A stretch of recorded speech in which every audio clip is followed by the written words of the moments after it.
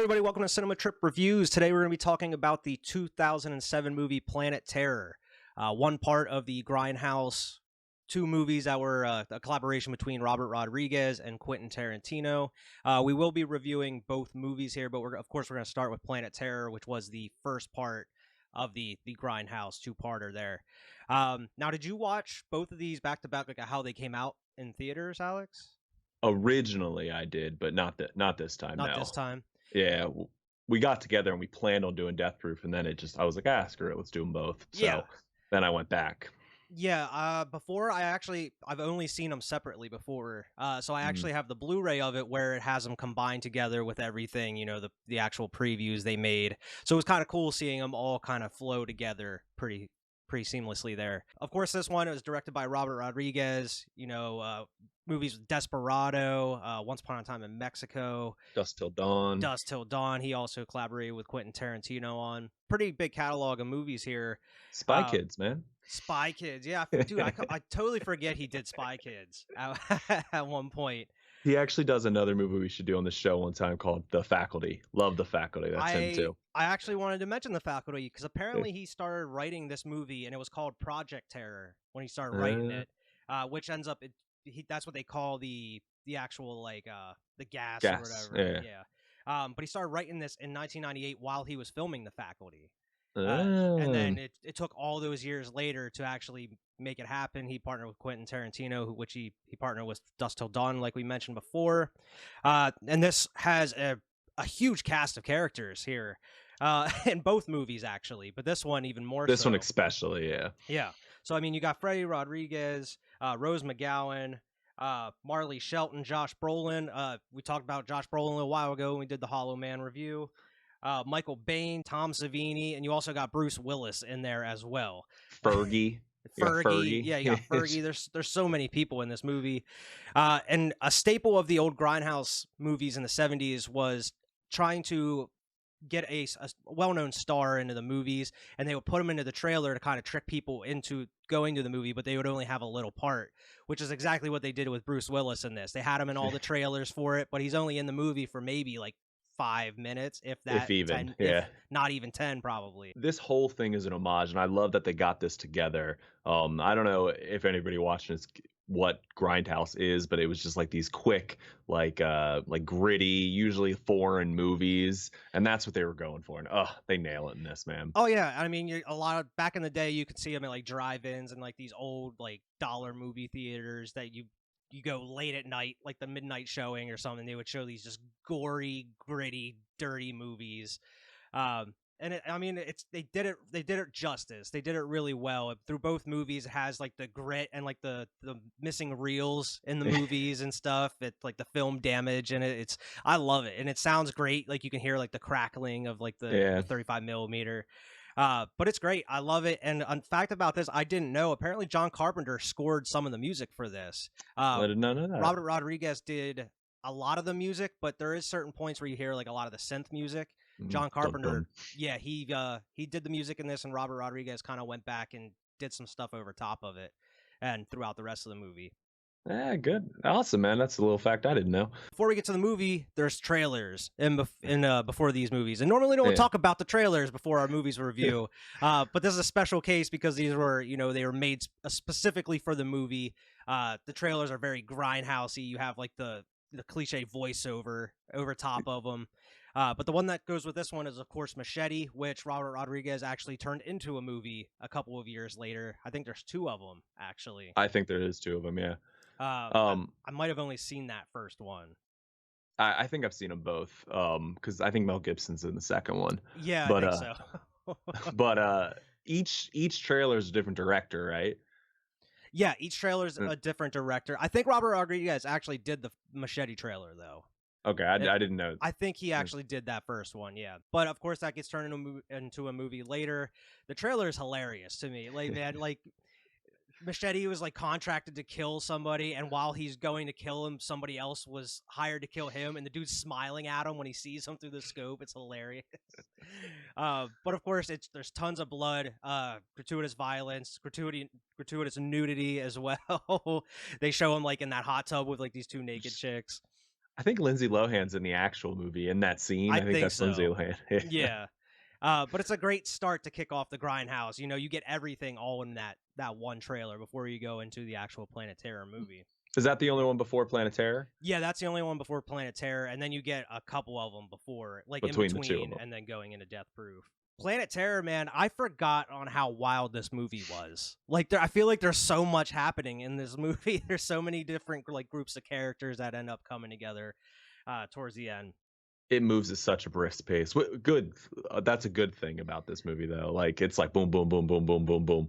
Yeah, Like, yeah, you're in and out. exactly. It's vastly different than the Death Proof movie we get in the next one, where I know we'll get into Death Proof eventually, but I feel like I feel like it would have worked better if you would have put Death Proof first and then go Which into it Planet comes Terror. chronologically first too, because they happen within the same town, because the hospital in Death Proof is the same hospital in Planet Terror. Yeah.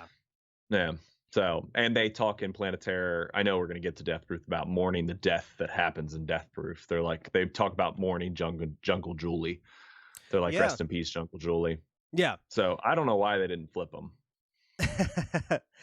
I don't understand it either. I didn't see anything about what the reasoning was behind it, but I feel like it would have felt a little shorter putting because Death Proof is a little bit more strung out. It's a little, even though it's about the same runtime, it feels like it's longer than this one. This one, the pacing is down in this one.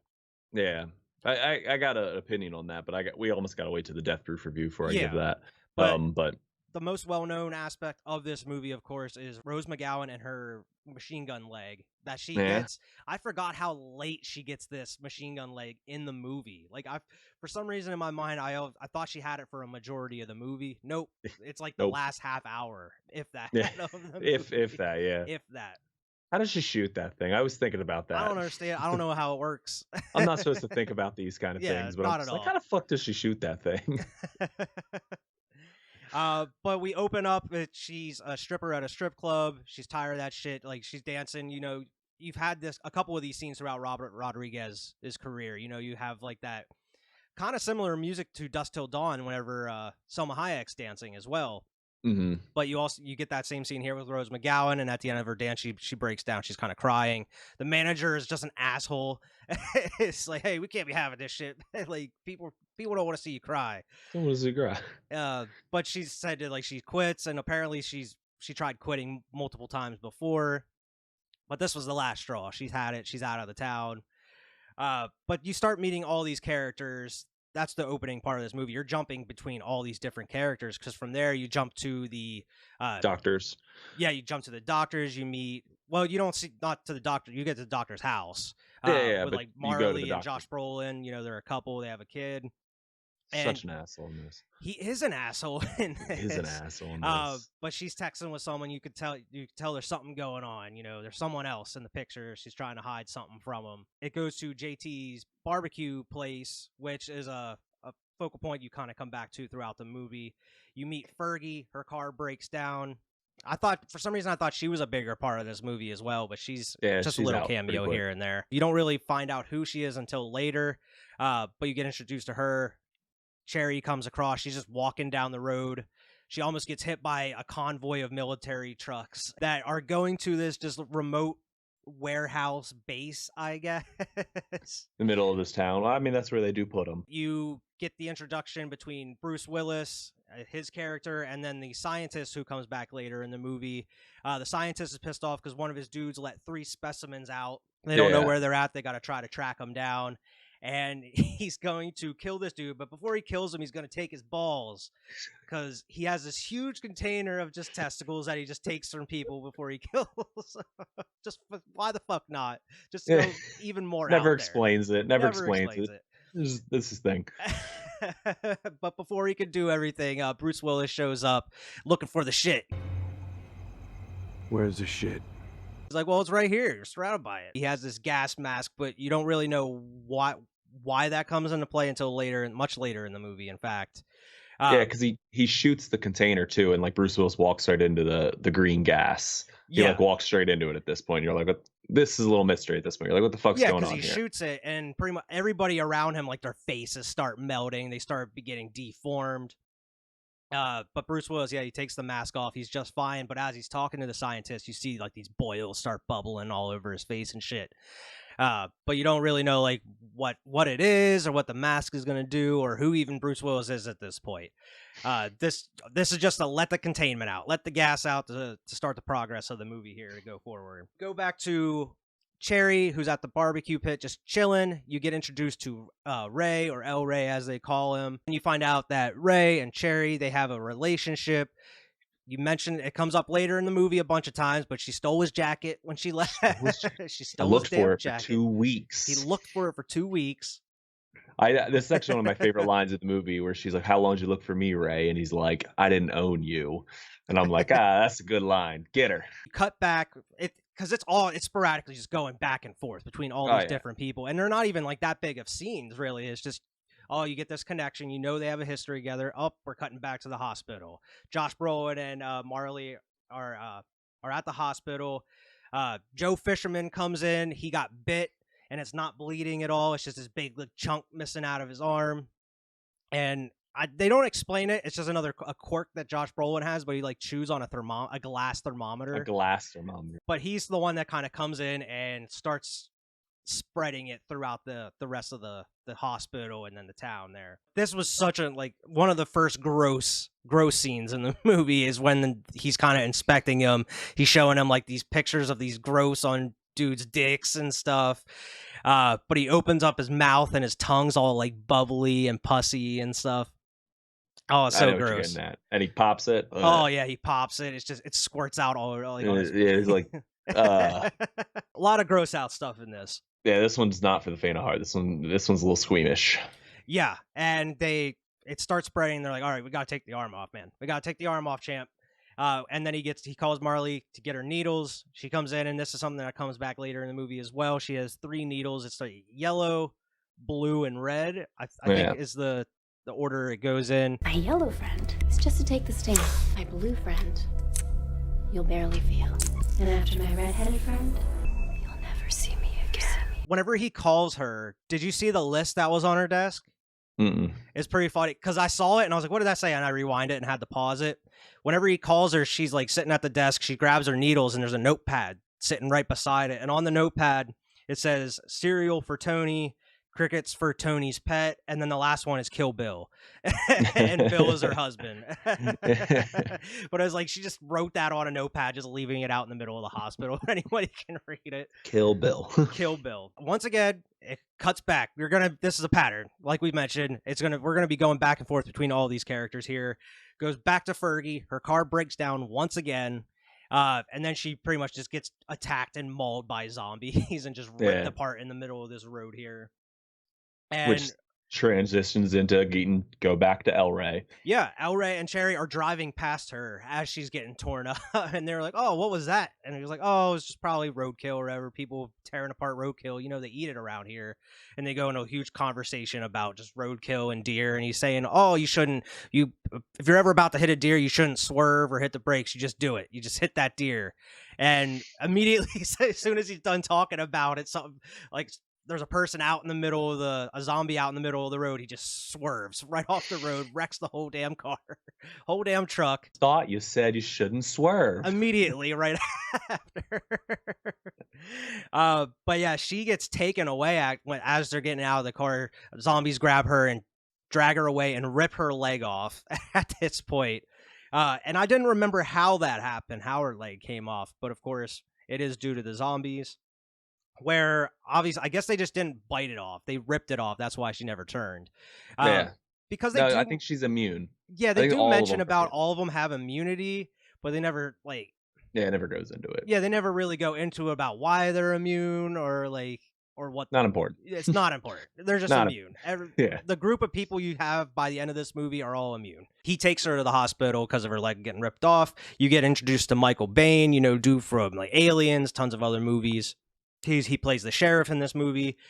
He has a history with Ray. He wants to arrest Ray because you coming in with a chick with her leg cut off and you're out here firing shots. He's like, where'd you get the gun, Ray? Yeah, where'd you get the gun? Shit hits the fan at this point. Yeah, shit hits the fan because Josh Brolin finds out about her wife. His wife. Yeah, because finds Fergie Fergie. comes. Yeah, she gets into the hospital, and then he has her cell phone. You see that they're texting back and forth. He confronts her about it, and like you said before, he is such a dickhead in this movie, man. He gives her own shots, and he like stabs her in the hand multiple times. Like, ugh. Show it to me. Oh, please. It to me. I can't imagine just getting stabbed with a needle over and over in her hand. This is such a drastic change from what we just watched at Josh Brolin too. Like, he is such an ass in this. We talked about how much Kevin Bacon was in the last movie. Josh Brolin plays it so well in this. Oh yeah, so well in this. Gritty asshole too, just gritty and jerk. But he gets interrupted by one of the other doctors. What? You gotta see this. And like her hands are like this for a majority of the movie because he just stabbed her in the hand. She looks like a T-Rex the whole time. But they have an emergency because there's other people getting infected, and then they go to the morgue and some of the bodies are missing. They just up and vanished. So shit's picking up super quick. And it seems like the infection, as soon as you get it, you're turning in a matter of minutes. Seconds. Yeah. You also get introduced to Tom Savini. He's one of the deputies in the movie. He doesn't really have a huge part, but it's cool seeing Tom Savini in there. My guess is he was part of the special effects team on this as well, because they are pretty well done. You kind of stick with El Rey and Cherry here for a minute, because you go back to the police station. He's kind of chained up there. Cherry's not there at the point. She's still in the hospital. She's dealing with losing her leg all of a sudden. Ray's at the police station. Tom Savini runs in with his fucking finger bitten off. He's like, I was trying to arrest this dude.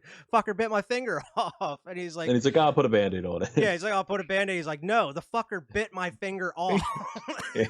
Ray already knows something's up because he saw a couple people at the hospital that have bites and they have like these boils all over them. He knows something's up. He's putting the pieces together here. And they go out and they trying to investigate, find this person that bit Tom Savini. Oh, and they find him. They not only find that dude, they find other people as well because they get attacked at this police station. Tom Savini's trying to find his wedding band that was on his finger, and he's searching for this fucking wedding band this whole time, like while they're fighting and stuff. But I love the gore in this movie too, because you get a lot of gross out scenes, but every time someone gets shot or sliced, yeah, it's like blood everywhere, flying ridiculous amounts, similar to like a lot of Quentin Tarantino's work. I can think of Django specifically because whenever they're just shooting people, blood's flying everywhere. Ridiculous amounts. It sprays. When they get stabbed with knives, it's spraying. Just there's so much blood. So I love it, man. Yeah, me too. You come right back then because El Rey wants to go to the hospital, pick up Cherry. And one of my favorite scenes is this one where the girl jumps out, the girl who got stabbed with her in her hands. Mm-hmm. She jumps out the window. She's trying to get into her car. And I love this scene because she can't feel it. She can't get it in. And she slips and she has it tucked in the doorknob. Oh, my gosh. And just breaks her hand, which never comes up again, by the way. Her hand's like fine. Her hand's fine, yeah. Because she gets, like, once she gets him back, she's good to go. She's fighting with him at the end. But yeah, man. Oh, that hurt too, man. Just the way it cracked and her hands bent. Ugh. Like, well, she was trying to like hold it and then push like the button in with her toe heel. But that's what I'm saying. Like, you have heels, use the heel to push the button. And she was trying to use like her toe. It was like, use the heel. You'd have no problem there. I mean, I guess like you got to get in your car, but I would not have stuck my hand in that way. No fucking way. But I thought going back, whenever they're about to go to the hospital, he's like, fine, but we're taking my car.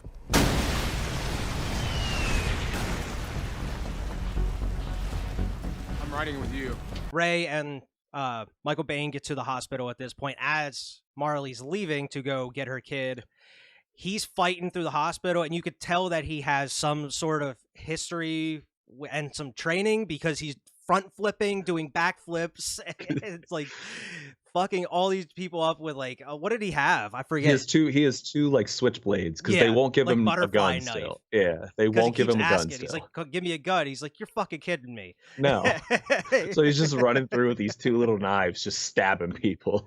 Yeah, because he's like, open up the glove box. He just takes the switchblade out of there. But yeah, you get a huge action scene there. He's just fucking all these, and he's trying to avoid the blood too, because like when he's stabbing him, he's trying to lean around. But it's weird because the one point where he jumps on top of someone, he stabs him, it looks like the blood just flies right up in his face. But you know, and then the next scene, it's clean. You don't He's have fine. to worry about it. Main character, he's got a shield right here. Yeah, but he gets to Cherry, and she has like the sheet up over her. You don't know if she's dead or not, but of course she's alive. He's like, "Get up, we gotta go." She's like, "I'm missing a leg. What do you expect me to do?" And he's like, "Fine." Busts the table leg off, and I don't know how he attaches this table leg to her. Slams it in there, man. Because she already has like a metal nub. Yeah, there's a on the metal end. nub there. I don't know why they did that. That's what I was saying. I don't know how he gets that leg, the table leg on there. I guess he just slams it over that metal nub. Slams it over it, man. That's But not how it's, like, wood works. Just a little bigger than her other leg, so she's like like off balance the whole time, and she's leaning on him as they're going throughout the hospital here. And Josh Brolin, he's also trying to get through the hospital. He opens up a curtain, and the fisherman dude that he was with before, he has like one of those grinders, Circular saws, circular saw, and he comes at him, but that cord is just long enough, and it like cuts his glasses in half and shit. And then because he pulled the plug out of the wall, he's like, you know what? I'll turn you another way. So he like squeezes the pus out of his face all over Josh Brolin. Who just stares at him. And just stares at him, and it's like leaking all into his mouth and shit. Is so gross. But that's how Josh Brolin gets turned. But he stays like conscious like throughout this, because he's like chasing his wife throughout the rest of this movie. So like, and they don't explain that either. Again, they don't need to, I guess. But yeah, it's just for plot convenience, because all the other zombies, they're not talking or anything like that. They seem like berserk. Well, yeah, I think they do get guns towards the end of the movies, like the zombies and shit. So I don't know like how much they can do, if they have an actual thought process, if they can talk, but he seems like he's just himself. Pretty much. Yeah. He's just slowly turning, whereas everybody else is turning in a matter of seconds. It doesn't matter. Yeah. But it's just for plot convenience at this point. Marley goes and picks up the kids and pisses off the babysitters that are there because she's like a couple hours late, and these kids are just assholes. Overreaction much? Overreaction. Way overreaction. Because she just pushes them out the door, and as she's leaving, they climb on top of her car, just beating the shit out of her car and everything. I was like, whoa, what? Come on, man. Like, obviously damn. She's been through enough, because the rest of this movie, her hair's all soaked, her makeup's running down her face, she looks like a mess. But like, and then these kids on top of it, man. These twins, they're like twins. Twin girls. The twins. They always call them the twins. Yeah. And the posse of the cops and Ray and Cherry that they meet up with, and some of the townsfolk, they go and end up at JT's barbecue shack. And we didn't mention, but JT had a little run-in. It was kind of funny. Just these people that were just kind of standing outside of his house, outside of the barbecue place, and he was on the phone with the sheriff. He's like, I don't know what the hell they want. They're just standing out here loitering or whatever. And then he's like, you fucking want something or what? And then they come in. He's like, oh, they're going to get something. Never mind. Yeah. But they come into the place, and he's like laying there with like, it looks like his guts are hanging out all over the place and blood. But nope, he's just sleeping. He's just laying on the floor sleeping. And he's got barbecue sauce and sausage links on him. He's like, you want a bite? He's like, you want some? He just takes a bite. After he killed these two people too, by the way. They're dead on the floor. He even says it. He's like, well, I killed these two sons of bitches, and I must have fell asleep. He is one of the best characters of the movie here. Him and his brother's interaction about like the whole secret sauce the entire time is funny. Yeah, because he's talking because he mentions to like Ray earlier in the movie. He's like, well, how's the business going? He's like, well, the fucker keeps raising the rent at the place. I can't afford to be around here any longer. Yeah. And then you find out it's his brother that owns the place, and he's because he wants the formula for the barbecue sauce and everything. Back to Marley you find out it's her dad's house, because she just calls him daddy, so I'm assuming it's her dad's house. Yeah. But he's like the chief, the sheriff. I don't know what he is. But instead of taking her son in with her, she leaves the son in the car, and she gives him a gun. And she specifically says, if anybody comes to the car that's not me, shoot them. And he's like, well, what about daddy? And he's like, especially daddy. I know this is the darkest humor, but I cracked up in this scene. Oh, you automatically know what's gonna happen. And this kid's maybe like 7 years old. he like looks at the gun and she's like, "Don't, you'll blow your face off." And then she starts walking away. Boom, he blows his fucking Yeah, face. she doesn't even get to the door, and you immediately hear the gunshot go off, and you're like, "Oh my god!" And she walks back and looks at it. Of course, he blows his head off. Apparently, Robert Rodriguez, they had a kid to do this, and then he at last second he's like, "No, I don't feel comfortable doing this," so he had his own son do it.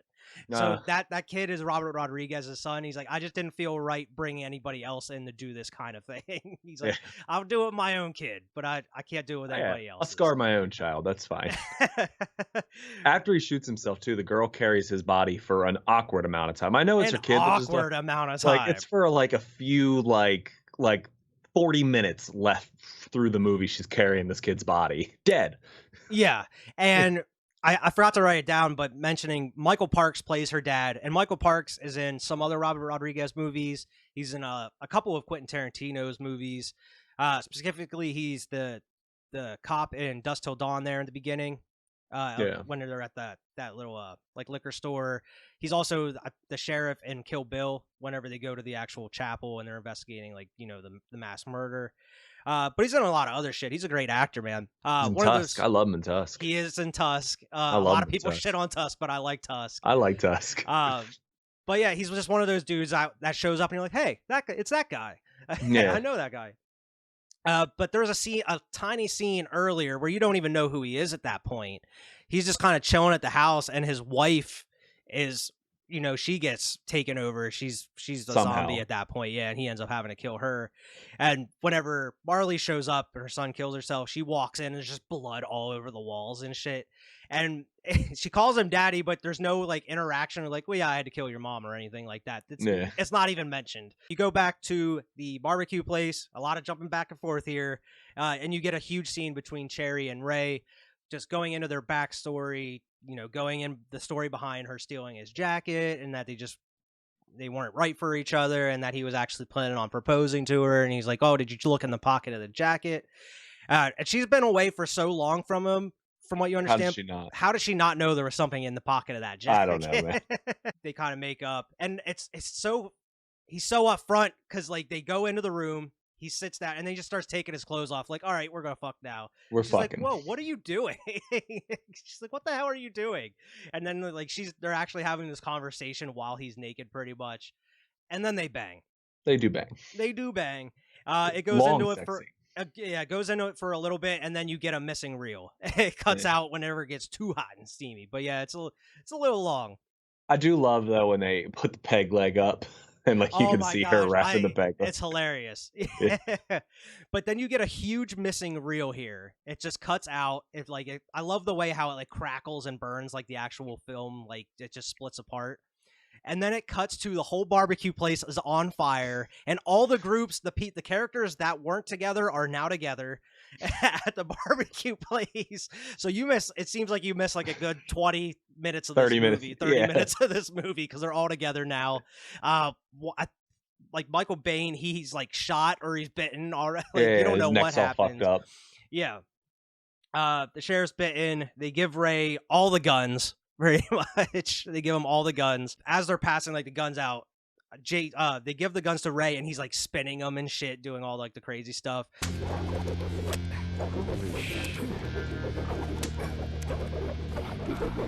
That boy's got the devil in him. He says, I never miss. Yeah, he never misses. He's like dead bullseye. Like Colin Farrell. I never miss. But they have to go out and get the vehicles here. They try to get the owner of the strip club is there, who you only see at the beginning of the movie, and now he's with the group all of a sudden. There's tons of people with the group now. Yeah, there's tons of people with the group now. Yeah. He refuses to go the fuck out and get the car, so Cherry decides to herself.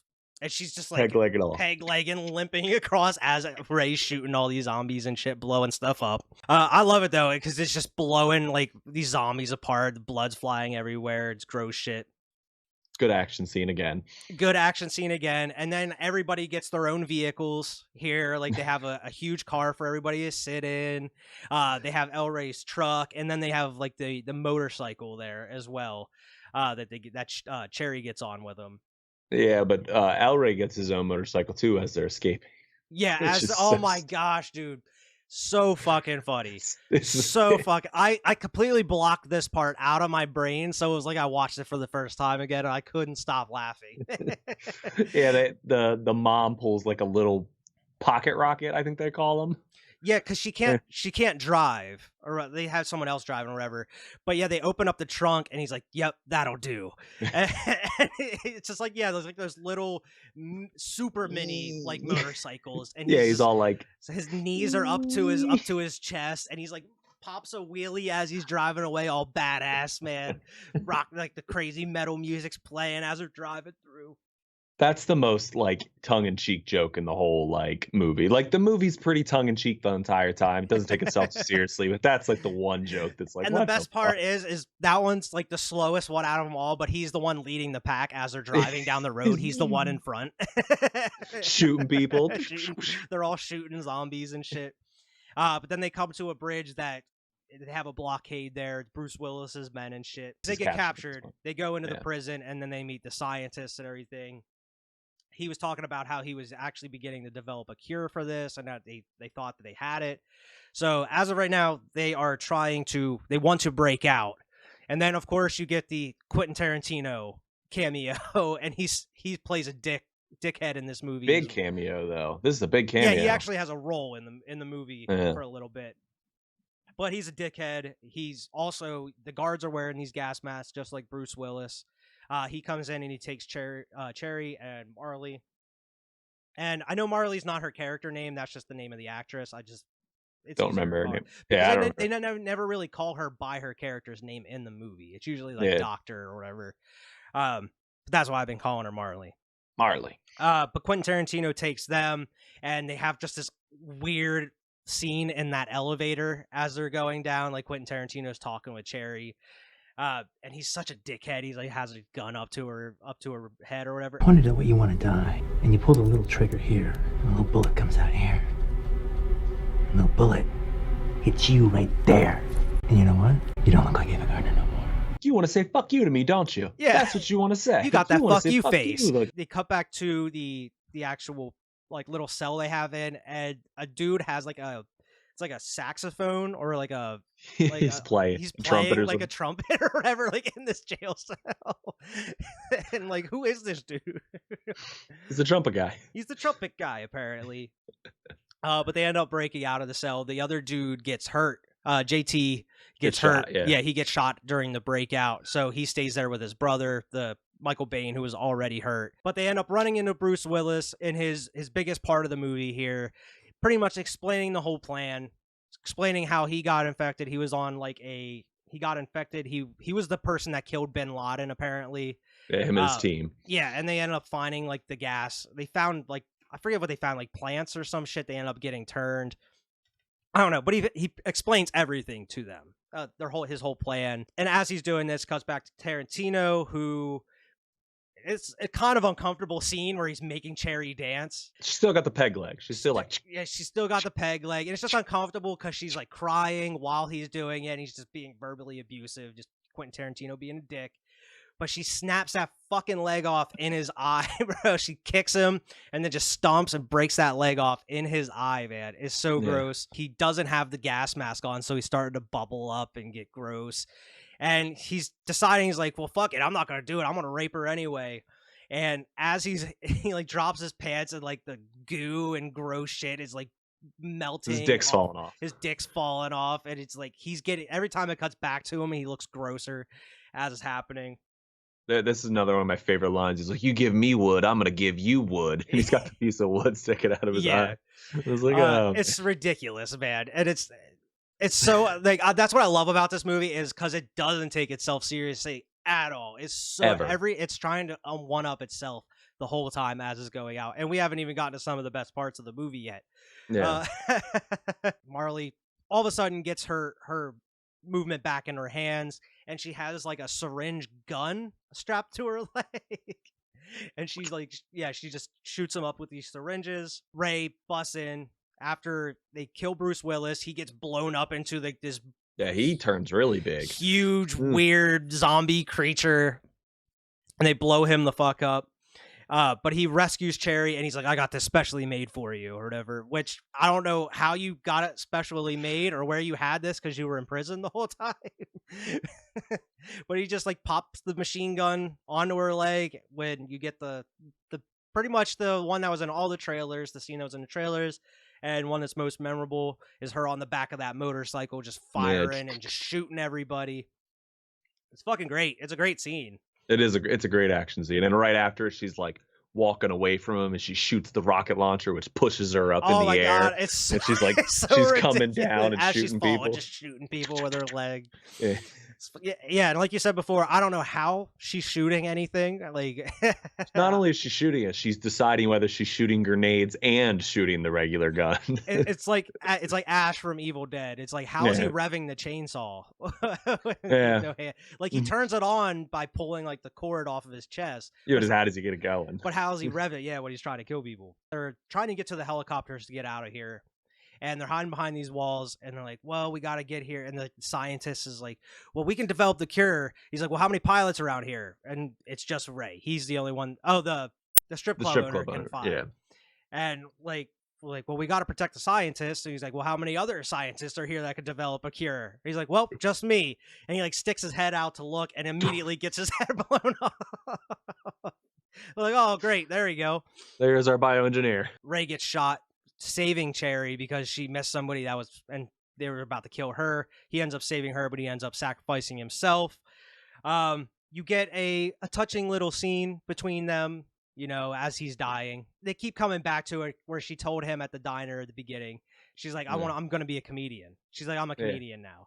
And I forget the joke she says at the end there, but she makes him laugh. And she's like, I told you, I'm funny. I'm funny. But I like my favorite part of that. A lot of callbacks, you know, a lot of setups. That the come whole back. thing. Yeah. My favorite line here is where he's like, you guys are going to be good. And she's like, you guys. And he's like, I never miss. And he rubs her belly. Oh my gosh. That's one of the corniest lines and one of the, like, maybe the worst lines in the movie. I was like, oh my God. But while they're having this little scene, they're on the chopper already, and they're using the chopper just blades, and they're flying around just chopping up all these other zombies around the helipad, giving them their moment together. But yeah, as he's dying, the cord comes down and she's just hanging on to it. And I like that shot as as they're pulling her up, the helicopter's flying away, and it's just she's a strong chick though. I guess she was a stripper though. She's just I guess she was a stripper though. Yeah, she has experience. Another strange thing here is Michael Park's character. He stays behind at one point and he's like, no, I got this. You guys go. Yeah, I think it's JT Shiner. Yeah, because then when Josh Brolin shows up much later, right before the helicopter takes off, she's like, oh, and then Michael Parks comes in and kills him. And he's like, come on. And I'm just like, oh, well, you came out of nowhere. Yeah. And yeah, I mean, we forgot to mention that too, because there's so much bouncing back and forth in this fucking movie. But yeah, he stays behind at the diner, at the barbecue place, I'm pretty sure. As they're leaving the facility, they give JT and his brother Michael Biehn that, you know, the detonator for the bombs. Yeah. And as they're dying, he's like, I gotta ask you, what's the formula? He's like, well, if you lower my rent, and he's giving them like step by step. This is the formula, and he's like, you gotta take it to your grave. He's like, I don't think that's going to be that hard. Yeah, it's going to be a problem. I don't think it's going to be a problem. And they blow up the place. As they're getting on the copter, Bill's already there. Somehow Bill knew where they were going and went to this base and waited on this helicopter. Yeah, he was like, oh, hey, guys. Just waiting for Marley. And nothing really comes of it because as he's about to kill her, Michael Parks comes in and just pretty much blows his head off. Yeah. But yeah, they get all the people on the helicopter. Ray dies. They get Cherry there. They fly away happily ever after. Cuts to who knows how long later. And it's not that long later because she has the baby. Yeah, so a year maybe. But like Ray told her, they go to the ocean. Put your back to the ocean, and they just go and they're staying at like this old Aztec temple. Kind of a throwback, I guess, to Dusk Till Dawn, because like that bar, the Titty Twister, was built on top of like the Aztec temple where like the vampires are. But it's conveniently right there on the ocean. Mm-hmm. They have the whole group together. Everybody's happy.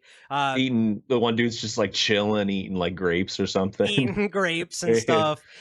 She has a Gatling gun for a leg now, not just a machine gun. She has chain a gun. fucking chain gun on her leg, just blasting these zombies away. And then she has like the baby on her back.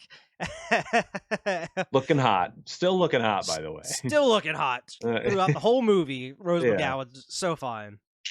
But yeah, they have a huge group at this temple at the ocean, and pretty much live happily ever after, without Ray at this point. Yeah. But it seems like they have the zombies under control, and they're like they're at the ocean, so they can only come at them from a couple ways. They do show a shot of the world looking real fucked though, like the cities are burned down and shit. So yeah, seems like it's spread. Seems like they're their own happy little thing, but they're in apocalypse now. Yeah. And that's how the movie ends. They go out on a happy note, surprisingly, here. But I had a blast watching this movie, just because it's been such a long time since I've seen it. It was like rewatching it for the first time. And like I said, it's trying to one-up itself every couple minutes here. Every scene, it's trying to one-up the next one. I loved it, man, though. I love the ultra-violence in it. I love just the corniness and how it doesn't take itself too seriously. Some of the one-liners in there, just the way that the whole presentation of the movie, the missing scenes, the missing reels, the grittiness, just kind of the defects in the film as well that you see throughout the movie. It's so good. No, I agree. I think the movie's once you know what you're getting yourself into, it's a fun movie. Like if you're taking it too seriously, you're not going to have a good time. But this movie is just balls to the wall the entire time. And I don't think we gave Rose McGowan's character enough time. She's hilarious through the whole thing. Oh, she's great. The whole movie, she's so funny. She's so like pessimistic. She's like, oh, this is useless talent, never 37. And she plays it so straight too. Yeah, like so straight. Yeah, like these small little lines or whatever she has, she plays it so straight. Like she's not trying to be funny or anything like that, and that's what makes it funny. She's the standout for me in this film. Oh yeah, she's great. Film. Yeah, absolutely. Whereas like Ray, he does his job, but he's very one note throughout the course of the movie. But it was great seeing these other guys. I mean, Bruce Willis pretty much plays Bruce Willis in the movie. Yeah. You get what you get with Bruce Willis. But it was cool seeing Michael Biehn in there, Tom Savini, Fergie. You don't really see Fergie in too many movies, so it was kind of cool seeing her in there. And it's been a long time since I've seen Fergie in general, so it's surprising to see her. I was like, oh, it's Fergie. And I love Josh Brolin, so it was cool seeing Josh Brolin, even though he's a dickhead in the movie.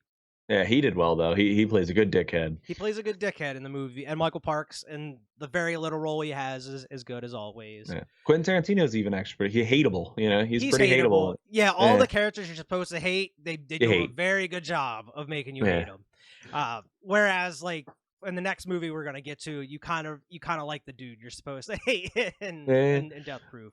I mean, again, we'll review it real quick, but I just feel like this is a movie you got to see for yourself. You can't listen to somebody's review. You got to watch it. Talking about it doesn't do it any justice, man. Even like if you're watching this review, you're seeing tiny clips. It doesn't do it any justice because as a whole, it's such a wild ride. It's a wild ride. It's so entertaining throughout the whole thing. And it's so fast paced. The pacing is great because every single scene, there's something crazy happening. It doesn't let off the gas at all. Yeah. No, I'm with you. It's a buy it for me, man. I buy it, own this movie, whatever your thing is, own this, buy it. Yeah, I usually do buy it, rent it, or miss it. I definitely say buy it. Buy it. Even though the Death Proof isn't part of this, I say go out and buy the combo. The Grindhouse. Yeah, go out and buy the actual Grindhouse Blu-ray. That way you get both of them. You get all the special. It's 2 discs. One's just special features. So I can't wait to go in and see what kind of shit's on the special features disc. But you get the full presentation with both of them. It's great. I highly recommend. Planet Terror alone by itself, I definitely recommend. Me too. Buy it. Buy it. So yeah, that's the review here. Make sure to like, share, and subscribe. Make sure to check out all the content across the Waves 5 channel and Cinema Trip Reviews channel. Make sure to follow us at Waves 5 Media on Twitter. And where can they find you, Alex? As always, you can find me on the Tap That channel, Tap That Reviews on YouTube. So find me there. All right. Until next time, we'll see everybody later.